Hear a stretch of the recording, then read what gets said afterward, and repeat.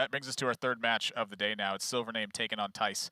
And this one, two of the biggest streamer names that we have in Grandmasters right now. And for SilverName, he suffered a beating yesterday, but that only dropped him to a 2-1 record. And so still a chance to keep ahead in the pack here and secure himself a 3-1. For Thijs, you know, I had some question marks about his play versus Kalento. I thought he looked a little bit shaky in that one.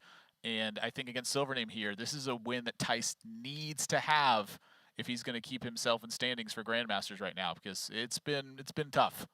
It has. I do have some concerns for SilverName this week. I think SilverName's woes in Season 1 were not down to his ability as a player in terms of turn 1 to the end of the game, the actions he took with the cards that were in his deck.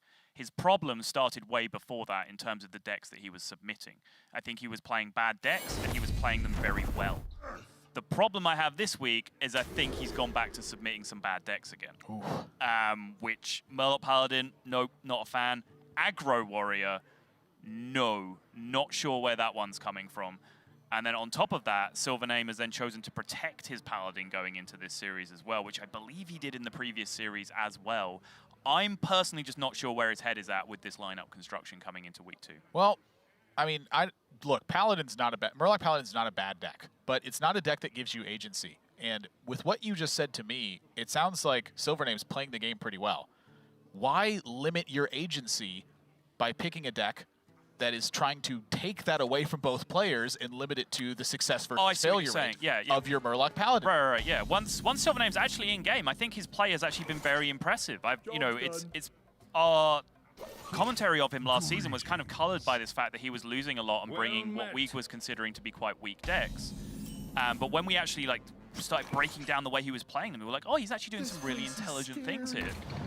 So yeah, I feel like, you know, decks like Aggro Warrior, Murloc Paladin, for example, are just kind of limiting factors to SilverName. They're decks that are built on success versus failure rate. With High rolls. Aggro Warrior, you really want Bloodsworn Mercenary. Yep. With Murloc Paladin, you really want Prismatic Lens. Yep. Without those two cards, your win rate suffers dramatically, but with those two cards, your win rate increases a lot.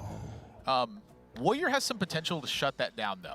I'd say that Warrior is really the one class that does a number on these big power spike types of turns that are trying to just simply overwhelm the opponent. They're not trying to gain a substantial advantage as the game progresses. They're trying to take that advantage immediately. Yeah, and crucially here, SilverName has both prismatic lenses and therefore access to both tip the scales. But Thijs can respond to that with Brawl on 5, triple Warpath on 6, back-to-back, which is likely to be a very effective board clear both times. Yes, and so now my experience in the matchup hasn't quite been that simple. You know, once SilverName plays 2 copies of Tip the Scales, which is very likely this game, what that does is it often opens up the opportunity for Chef Nomi and for Zephyrus to be pretty majorly impactful. Yes. And so I think he's got kind of the dream hand here as long as he doesn't actually draw Tip the Scales, and that could prove troublesome for Thijs. I will also say, just to stave off any accusations of bias against SilverName, which I absolutely do not have, he deserves this hand after what we saw yesterday. Yeah. Like, he... RDU. Oh my goodness, he got stomped through zero fault of his own on the previous game against RDU. I say zero fault. He did play Aggro Warrior on purpose. Nomi found as well, so SilverName's got the setup. It's -7 cards in the deck. 2 Murloc Tidecallers off the bat as well. Summon the boys. And so since Warpath isn't good enough, gets a charge as well. And the Murloc Tasty Fin. So you wipe out the Scargill on the other side. You protect the Murloc War Leader. You add Murmy to the board to get a little bit of pressure going. Yep. Is it the Murmy, though? I guess Tip the Scales is a couple turns off, the second one. It survives Brawl, right? So. Yeah, I mean, I think Thijs can consider what a Warpath looks like, but at the end of the day, I am not interested in taking that much damage. And the second Brawl being drawn is... That's a Tidecaller that lives, though. Also enormous for Thijs. Yeah, he can take a lot of damage here. They do both end up dying, The first 2 out of the pool are the Tidecaller. Yeah, I mean, that's the next best outcome as far as SilverName is concerned. Most likely just have the nice beefy core on the board. You tip the scales. So that does hurt a lot. And so now he's got to figure out a way to just get pressure rolling. But he does have still ways to back this up. You know, he's got the True Silver Champion, he's got Grimscale, Oracle in hand, and he can back that up even further with Toxfin on the following turn to start pushing through taunts like our Megadillo, for instance. Yep. But I think with Chef Nomi in hand, SilverName's got game in this one. Both tip to scales are going to come out. He's going to have very few cards left and access to pretty much the full suite. Finley's the only thing that's gone. Yeah, the issue is that brawl that Thijs used was the second one that he drew later in the game, and he still sat on Warpath for a tip the scales clear and the brawl for the Nomi clear.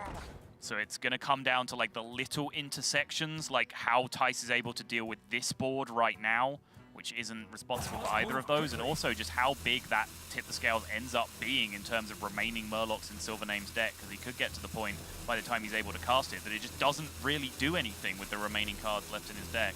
These are all things Thijs has to weigh up, because he has to severely consider how much damage he can take by not using his premium clears on boards like this, versus how weak the rest of SilverName's deck is getting because of how heavily front-loaded your pressure is when you get a good draw with Murloc power. Yeah, I mean, SilverName is, he is, I mean, people are drawing well against him. They really are, yeah. I mean, let's just call it like it is. He has run into some fantastic hands from his opponent, and I'm not going to hold this up as like, hey, look, I'm right. He brought weird aggro decks and he's losing. Like, I'd love to see this be played back again against some average hands from RDU and Thijs.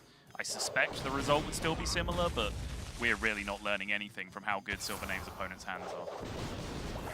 Just kind of the nature of it. Yeah. You know, you're going to draw Prismatic Lens a pretty large number of times with this deck. It makes a big difference, but you're just so susceptible to Warrior's most powerful cards. You can see Zephyrus is active. Not a ton of Murlocs left in the deck either. And so this is where, you know, SilverName, I think, really ends up struggling, is you look at a turn like this one, and there's just not much to do. Right.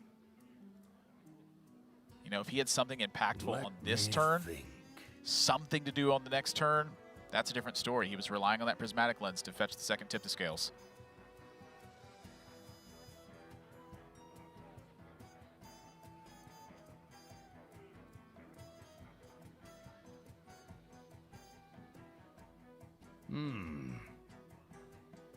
I've noticed that SilverName verbalizes a lot to himself, and that's something that's really interesting to me. Is I've noticed that as I've been casting for half a decade now, I've noticed that when I used to play cards, I had to be silent in order to think through my turns.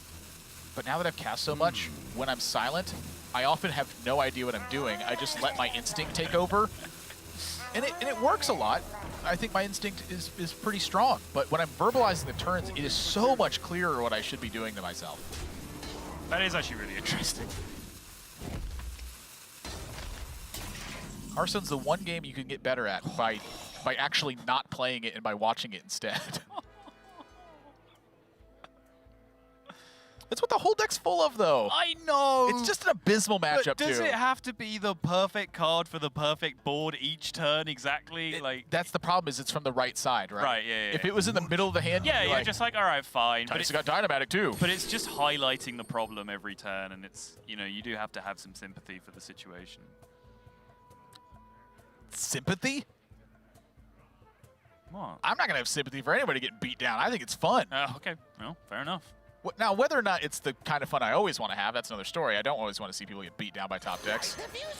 But SilverName's the one player who reacts to it in such a very vivid and distinct way that it is strangely entertaining to watch.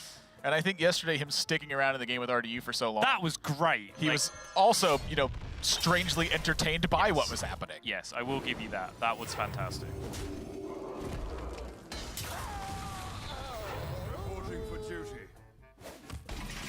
Dice pulls ahead on board now, and that's a problem. Oh my gosh. At least that one's hidden for now from SilverName. All right, I do feel kind of bad. We found Admirable's breaking point. It's when the top deck isn't even shown yet. Yeah. Crouching Tiger hidden top deck.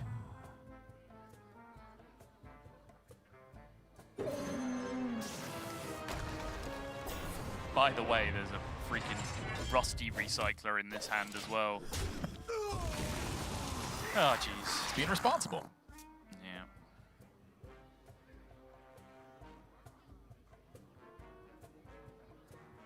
Yeah, tip scales is just not impactful.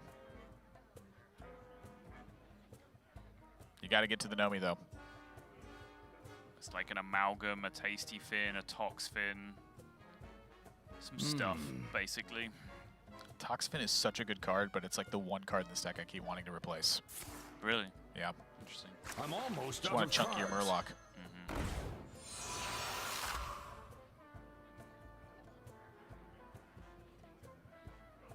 I will say that in Wild, when you have old Murkai in the mix, this deck it's something else. Yeah, yeah.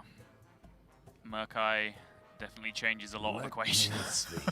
Just 18s you all of a sudden, you're like, Yeah. ah! But yeah, Thijs has just got the goods to check what SilverName's doing.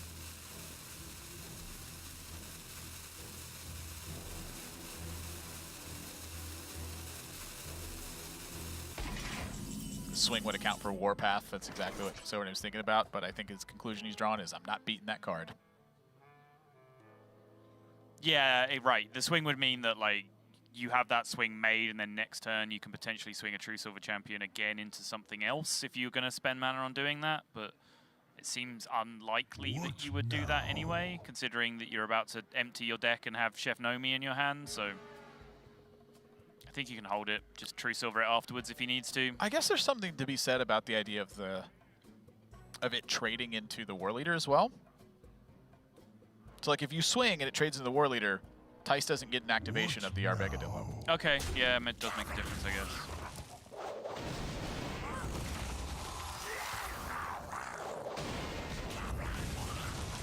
But the Warpath, I think, was what was distinctly on his mind. Right. I think considering Warpath, the play he made is perfectly fine. You just ignore it and hit it next time. It does cost you that extra buff. Same situation as trading into the War Leader, but I don't think it's important.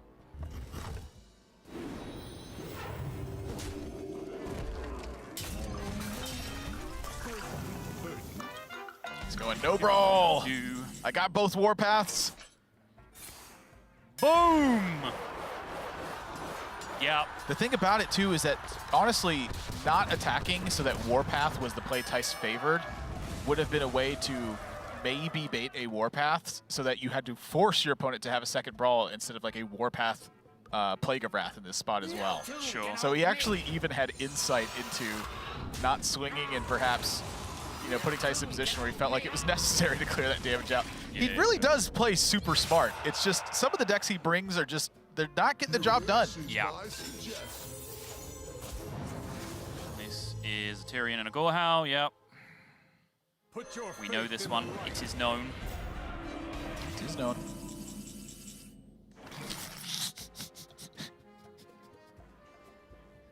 What's so funny?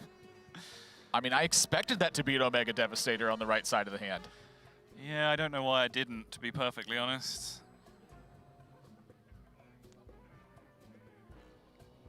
He doesn't even, he's just considering tanking sixth. Yeah, I mean, again, it borderline irrelevant what Thijs chooses to do with these next few turns.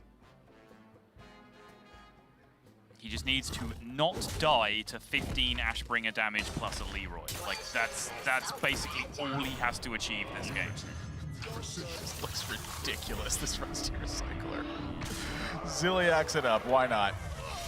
Just, I don't need this lifesteal. Game one, SilverName, are you going to hang on in there again? No, he is going to give it up. And again, you know, Casey talked about it, right? Players will always complain on Twitter. Players will always come out and say, I've been unlucky this series. I've been unlucky this season of Grandmasters. I've been unlucky my entire career. But in the case of SilverName specifically, over the last couple of games that we've seen, like, yeah, his players have just had it. And it being the perfect card off the top, right-hand side of the hand, every single turn until he dies. I want to add the caveat that's partly in part by proxy of Warrior versus aggro. Yeah, and of course, like, again, I am not winding back on what I said at the start of the series at all, in which I think SilverName, in this week where he's got unlucky, has also brought bad decks, which are kind of unfavored in the situations that he's going into. But I think he still deserves a better shot, a better bite at the apple than he's had with some of these draws from his opponent. Well, perhaps the next two games is what he's looking at then, because there's no more Warrior left in the set.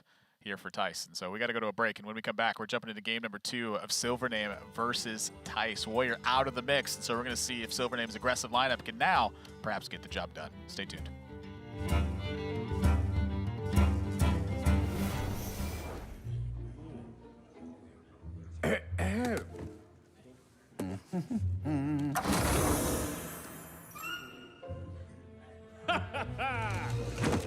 Well met, friend.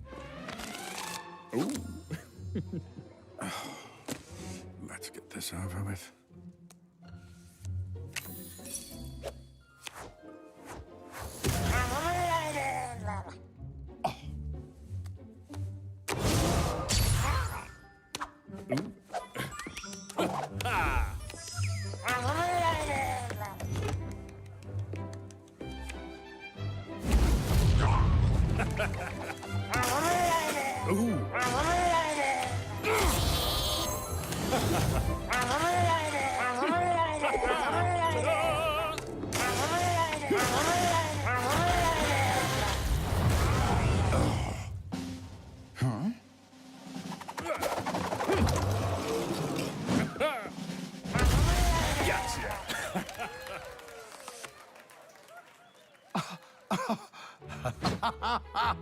I win!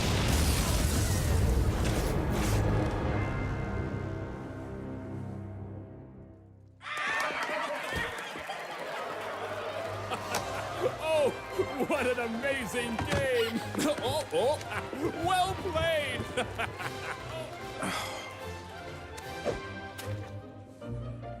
Here's to the winner.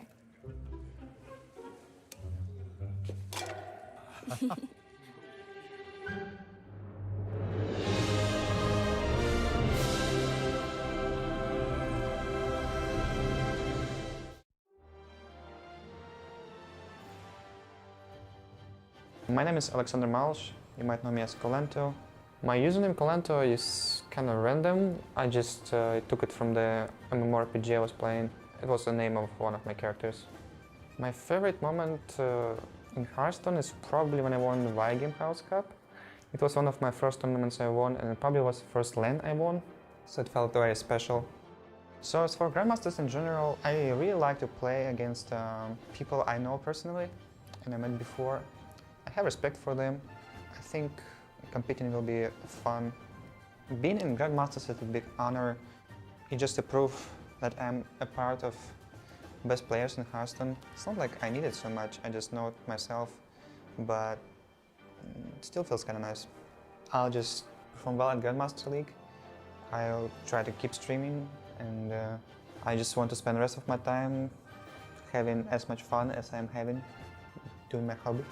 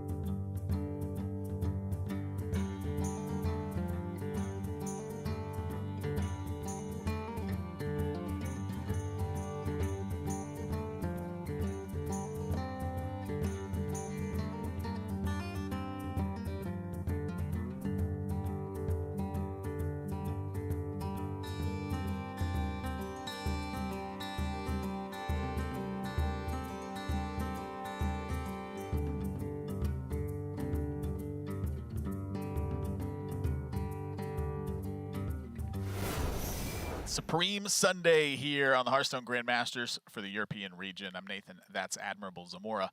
I'm joined by Simon Soto-Welch, and right now we are amidst SilverName versus Thijs, with Thijs up to a 1-0 lead, meaning that his warrior is no longer available for play, and so left for him is the Highlander Hunter and Quest Druid, and SilverName battling back with pretty much the full aggressive lineup here, Highlander Hunter and then 2 very aggressive decks. That's right, Aggro Warrior. Aggro Warrior indeed. And we were talking in the break amongst ourselves, just it's kind of in a weird, twisted way, good news that Warrior is out the series now for SilverName, because it does feel like his lineup does just concede a loss to Warrior, which is kind of questionable in a format where you can't just consistently ban Warrior out, as we're seeing. Players can choose to protect it, which they certainly will against his lineup with how aggressive it is. But at least this way round, we now get to potentially see the lineup function as intended, which is preying on some of the more mid-rangey decks just by being faster, more aggressive than they are.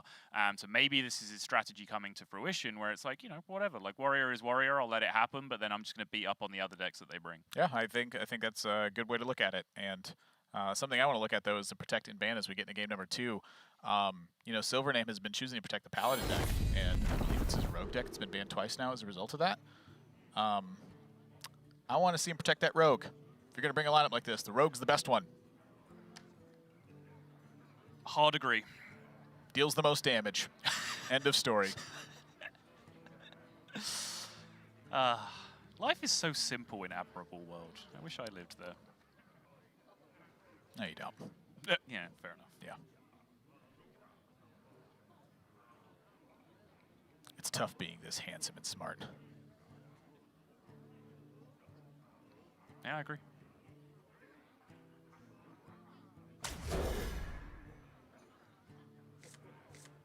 Tougher mulligan, I think, on the side of SilverName there than it was for Thijs. Oh, I thought you were going to say in comparison to life. I mean, that's a rough-looking mulligan, but you do draw a Prismatic Lens. Yep. I know. Honestly, the fact that he's got both Grimscale Oracles might be a blessing in disguise here.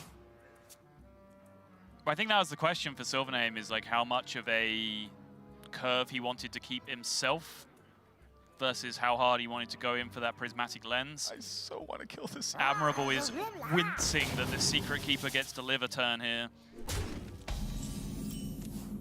And he's going to allow some significant value to be picked up from this secret curve coming out from Thijs. I guess if you intend to just call out the secret regardless of which one gets played, Yeah. this is fine then. I just hate having to do that.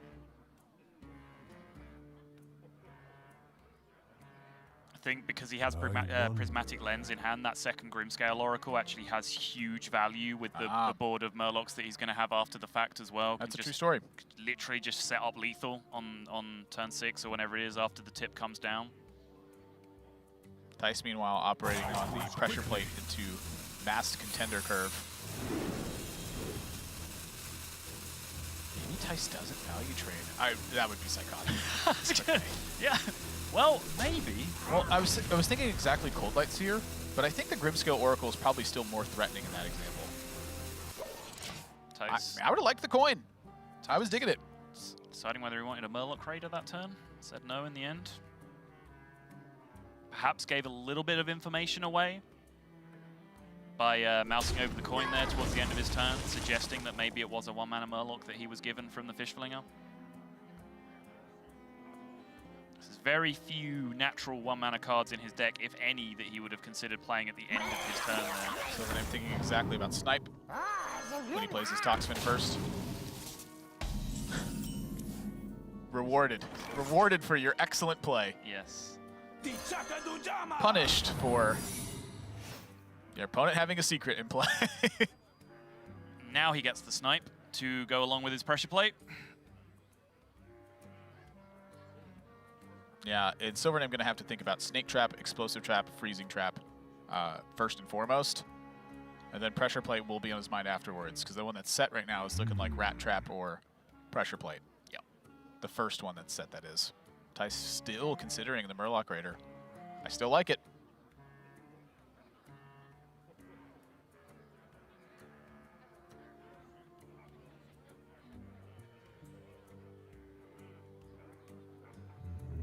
SilverName's not having it.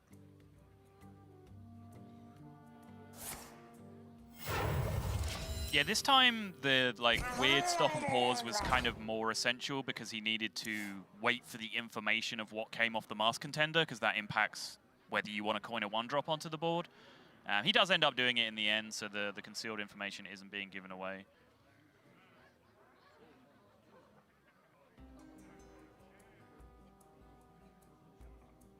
Wow, it's just super specific combat scenario. I wonder.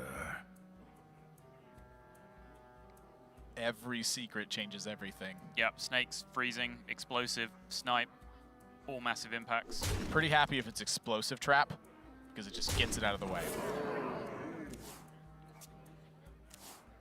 All right, so pressure plate going off here. Quite a big deal which one he gets. Got something to hide? Getting the 3-2 there would have allowed Thijs to have a pretty massive horde going into the potential tip the scales turn from the opponent. Yeah, it's still pretty massive. It is still pretty massive, yeah. But I think that does yield an edge over to SilverName still. You know, Thijs is going to be doing cleanup work here, and SilverName's got a hand to back this up. So the fact that Thijs has built up a board, I think only means so much. I think it was necessary for Thijs to be in this game. Oh my. It's just so scary every time. How you react to it, like, whoa, it's huge! It's always huge. So Thijs now has to dig deep and figure this out. There's also, you know, problem for explosive trap setups on Thijs' side where Cold Light Seer can change all of that. So the fact that he sees a Cold Light Seer hanging out on board, Yeah. bit of a blessing. I wonder. Still no knowledge of where that second one is, though. And it would be game-ending if he goes for an explosive trap setup here. Yeah, if it got drawn off the prismatic lens, it's not playable. So it's going to be 6 cards versus 12 cards. Yes. So a third of the time, your opponent's going to have a Cold Light Seer here. Though also, you can actually trade in a way where you leave the board full, right? 3-4 goes into 5-4, trade. Yeah, you could have just traded and left the board full with everything at 2 health or less. Played an explosive trap where Cold Light wouldn't have been playable. But it does create like a weird, it's a weird stalemate situation that doesn't necessarily resolve in your favor over the course of the game anyway. Nice pushing as well. Wow. Just hitting them. And this is where that Grimscale Oracle starts to come into play as well. Toxfin on a Mermy is a big swing.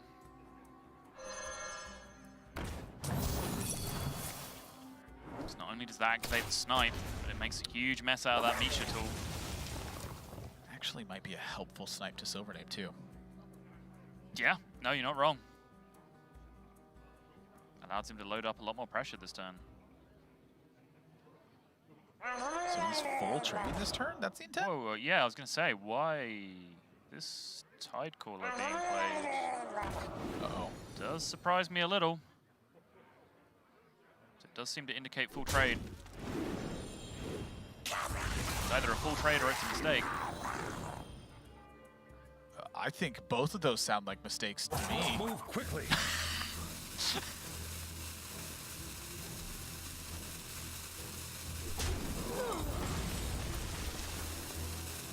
We had so much damage. I mean, even then, even if you are full trading this turn, why do you want to have the Tide Caller on board that can't attack anyway?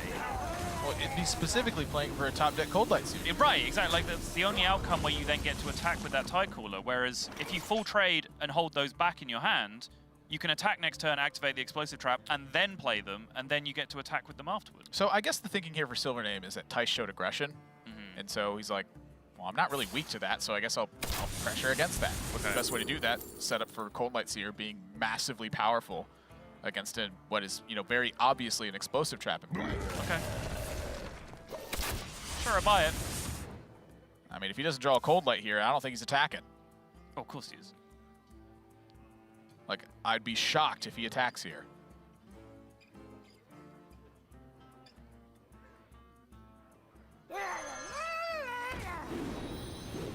Just don't do nothing.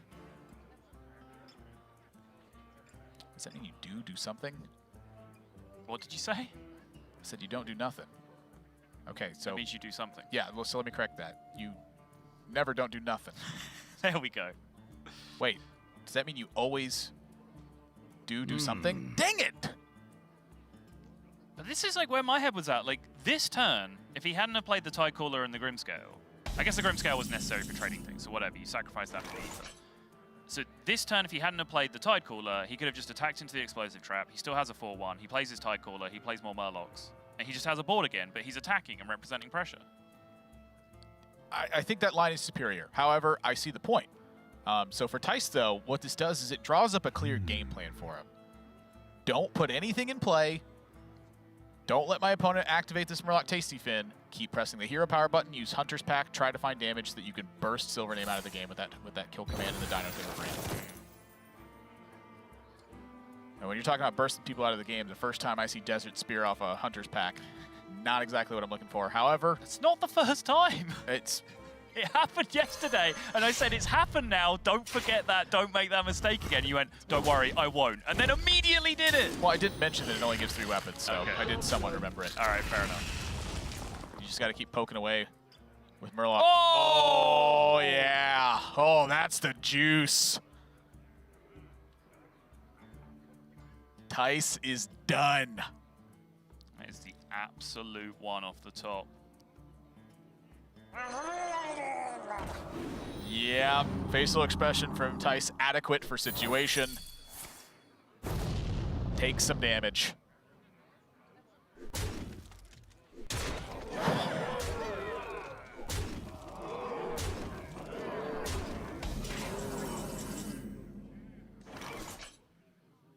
Uh, 7 plus 5, 12, 13 now. 15, I believe. A kingdom for a Timberwolf. Yeah, seriously. Wow, imagine if Timberwolf had come off that Hunter's Pack. It would have been quite fitting for the way things have gone for SilverName in terms of the luck department. Right. Still a big draw, though. It prevents Thijs from just dying. Yeah, and Ziliax ends up being a massive deal to support this as well. Not only for the extra clearing power, but for the emergency prevention of Bluegill Warrior just coming through to end the game afterwards.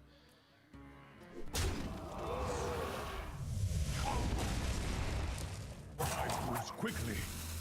Unity provisions protection.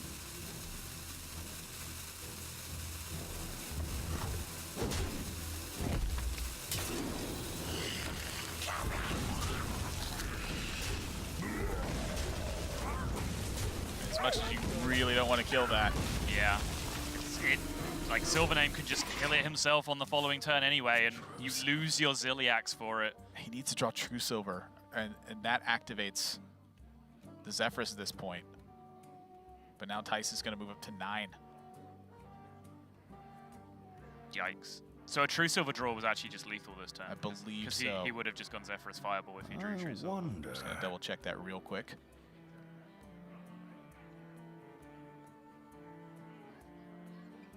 Yeah, True Silver draw was lethal. Not because of the attack of it, but because it enabled Zephyrus. Yep. Let me think.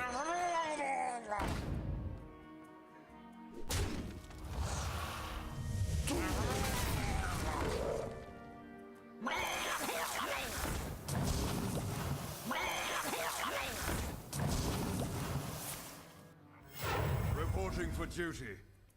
Most minor of positioning issues due to random outcomes on Thijs' side. It would force him to have to kill the 1/1 first if he wanted the max value explosive trap. However, I If think he hero powered first and then positioned around it. yeah. I mean, yeah. However, I think it's supposed to just hit the middle anyway, and then you trade into the War Leader instead. So I digress. I wonder. Super nitpicky. Thijs not excuse me.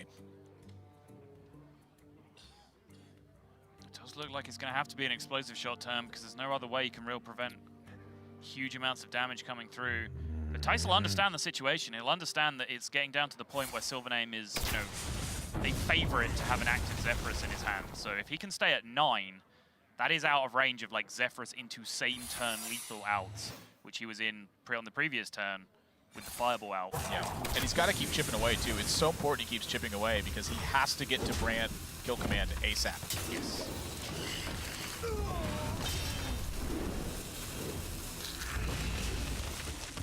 He now 13 damage, so it's represented. Yep. And still Still no True Silver. King Crush plus the kill command plus the 1 on board next turn. He can't eliminate this 1/1, can he? Nope. Can't taunt, can't heal, can't kill the 1/1. SilverName died.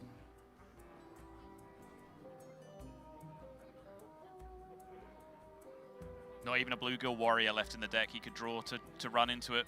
Oh my gosh.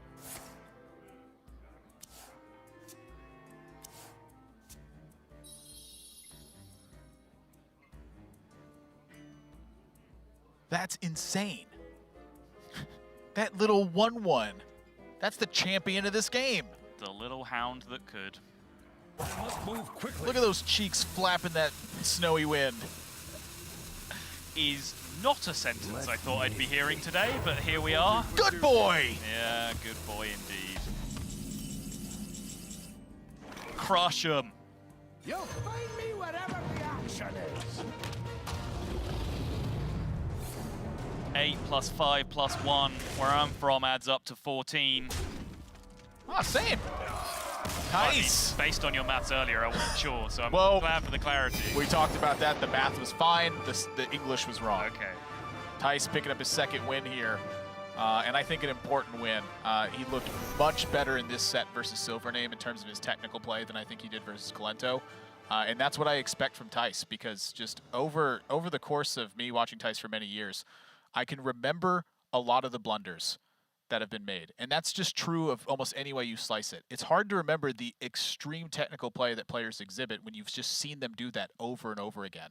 And so in this set, watching him not develop into the board where he has the explosive trap down and recognizing that chipping away and waiting for post Cold Light Seer or for it to never show up, for it to be important, was paramount in him winning that game. Yeah, it was. He now goes up to a 2-2 record. SilverName now falls to a 2-2 record. And also, just before we move on, both these players were in the same division on the previous season where they had a 1-1 record against each other. So Thijs now takes the lead in the head-to-head between the two players as well. 2 matches to 1. I guess you could say it was Thijs that tipped the scales. You could say it was a Thijs breaker. Ooh. Well, we got a Thijs interview as well. Not really much of a fun to tie in there. Got him. Thijs, can you hear us? Yes, I like the jokes, guys. Perfectly. Yeah, the Thijs interview one I'm particularly proud of. It was an extremely difficult and actual pun to make. Yeah. Cool. Awesome. How are you doing today? You pick up a second win, and you did so, I think, with some pretty strong technical play in this one. I do want to start out actually asking you about your series versus Colento, where I think there was a lot up for debate on the decisions you made. You just had so many of them throughout. Talk to me about this week in Grandmasters and just the spots that you found both in the Colento match and in this match that really stood out to you. Yeah, I was very happy with my preparation this week. I felt I was in a very good spot. I played a lot with the expansion. I felt my decks were very good. But then I saw the lineup of Colento and SilverName, and I was like, what's going on here? I had no idea how to... I was completely not prepared for these lineups. And I felt actually pretty unfavored against both, so I wasn't really happy at all. Yeah, Colento was a very close one. I practiced a lot against the Priest. Turns out he never played it, and he felt probably the deck was not good enough. Yeah, it was also a lot of like things that we could do differently in the ban. But I knew that matchup would be hard for me, and I fought the same against SilverName, so I'm actually happy that I'm going 1-1 this week. So it's interesting to me to hear you say that you felt unfavored against SilverName. Can you just go a little bit more in depth as to why that was? Because I personally wasn't a fan of SilverName's lineup coming into this week at all. I don't like SilverName's lineup. I think it's not that great, but I think it was pretty good against my lineup. I had Shaman and Warrior, what was very good against aggro. But yeah, like if he wanted to ban the Shaman away, I had to win with my Hunter against his aggro lineup. And the Hunter matchup, it's not bad, but I'm not favored in any of these aggro matchups, really. So I just had to hope that in one of the games, the 40% that I have, that it will pay off. And well, luckily it was in the first one. And so now kind of looking forward to the rest of the season, you sit at an even record, and you've just had a legacy of continuously dominating in pretty much any tournament setting. Where do you go from here? Like, are you going to be putting a large amount of focus into practice, or is it still going to be a balance between your stream life, your personal life, and then Grandmasters here?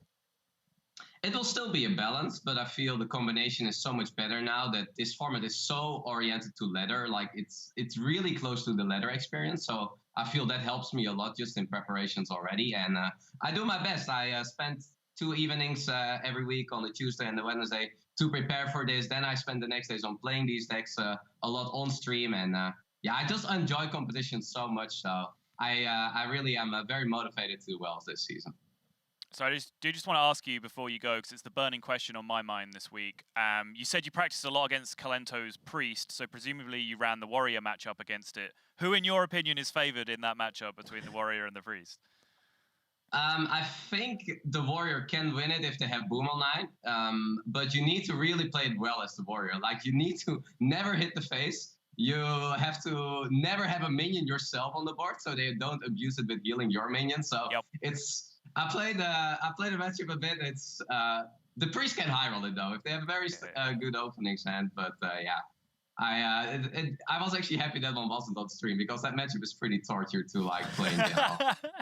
Well, we spent a great deal of time trying to figure it out, and it's a pretty interesting matchup. I think, to say the least. Thijs, congratulations on your win this week. It's always a pleasure to watch you play, and I'm looking forward to seeing your next matches next week.